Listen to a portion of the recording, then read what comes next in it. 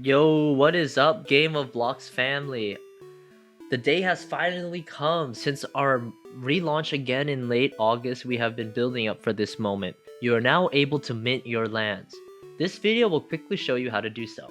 The first step is head to gameofblocks.io/mint. This is the only official website, and the link will be also in the description below.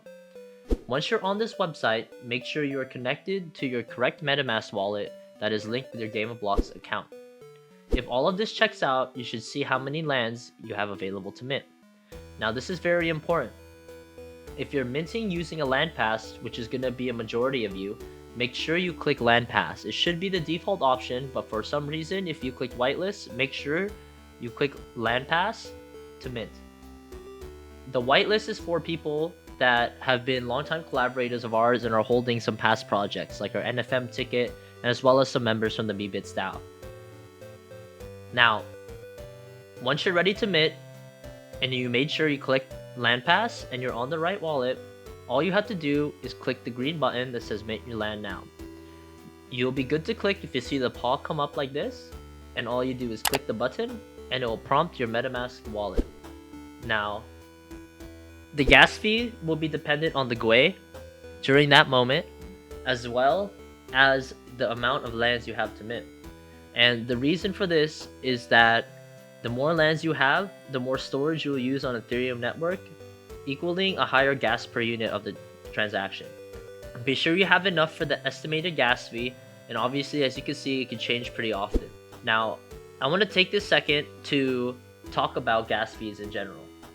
I know there's a lot of concerns about high gas fees, and I'm totally with you. As you saw, I'm personally waiting for the gas fees to drop a bit. But let's remember here that you will be getting ERC-721 assets on Ethereum Layer 1, arguably some of the most valuable NFTs on the market.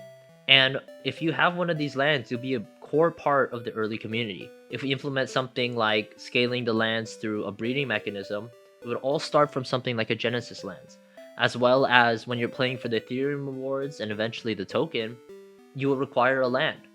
Of course, if you want to start a guild, your player base will scale with lands. So your lands are the most valuable assets here, and that's why we chose to have them on Layer 1. In our opinion, Layer 1 assets will be the most valuable to you as players, and they're super easy for us to scale into Layer 2, and especially within the game. We have a lot of solutions for scaling, and that's all coming in the near future. Now just keep in mind that these lands that you're getting will be the most valuable asset in our game and our collection in our ecosystem. And these Genesis lands are all unique to you, and we will never release another Genesis series. So I highly recommend minting if you can, and making sure that you're part of our Genesis squad.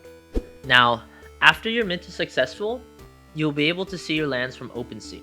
They will be all numbered, and they will be unique to you, and that is the only advantage of rushing to mint. If you want some of the earlier numbers, then you can mint now and get some early, but they won't have any advantage when it comes to rarity distribution or anything like that. Now, speaking of rarity, the rarity reveal will happen on the 17th, which is a few days after the deadline.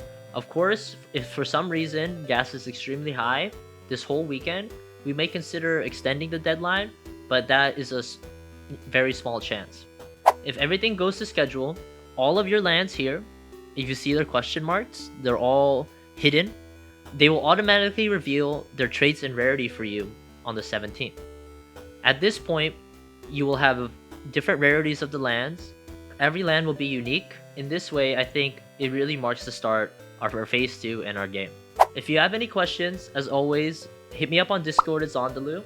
If you have any technical questions, be sure to add Remy. And if you have any suggestions or just telling us what you're excited about on Game of Blocks, leave a comment in the YouTube video below. Thank you everyone for watching this video. I hope that you all are able to mint your lands, and I hope you all find a nice time for the gas. And honestly, I think with what we have in mind, the gas fees now is something that we're all going to laugh out a few months from now when the game fully launches with our ecosystem. Thank you all as always, and much love to the Game of Blocks family from Ondalu and everyone here at Screenshot Labs. Have a good one, and peace.